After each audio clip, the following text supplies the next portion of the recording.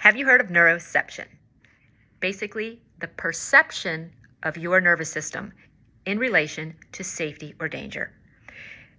Through neuroception, there's a background calculation, unconscious level. You're not thinking your way through this. You're not overpowering it. There is no willpower involved. That's making a constant calculation of safety versus threat.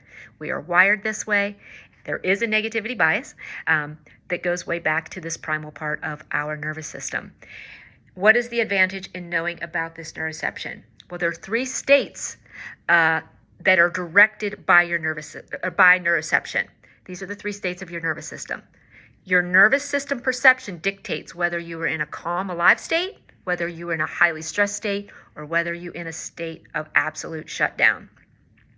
Now, why is this important? Because that, first of all, you can learn to track your nervous system and start determining where do you spend a majority of your time, what state of that nervous system.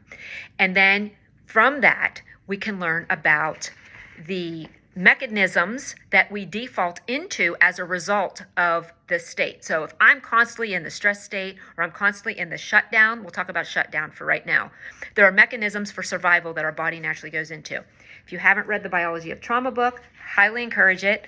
I was blessed enough to do all of my trauma training with Dr. Amy Apigian, and I'm going to talk to you because I'm on right now the 4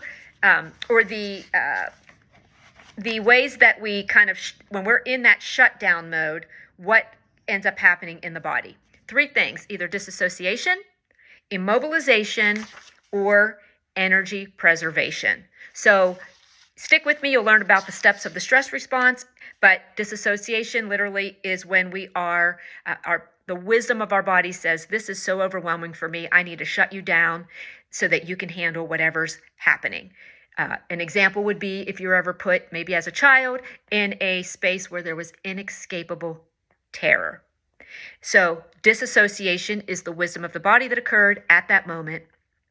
Immobilization, have you ever felt stuck, paralyzed? Sit down to do a recording like this and you just can't do it.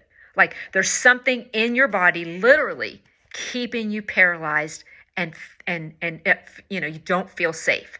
That is a state of immobilization.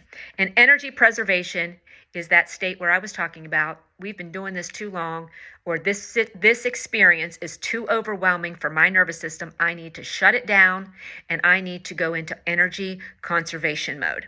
That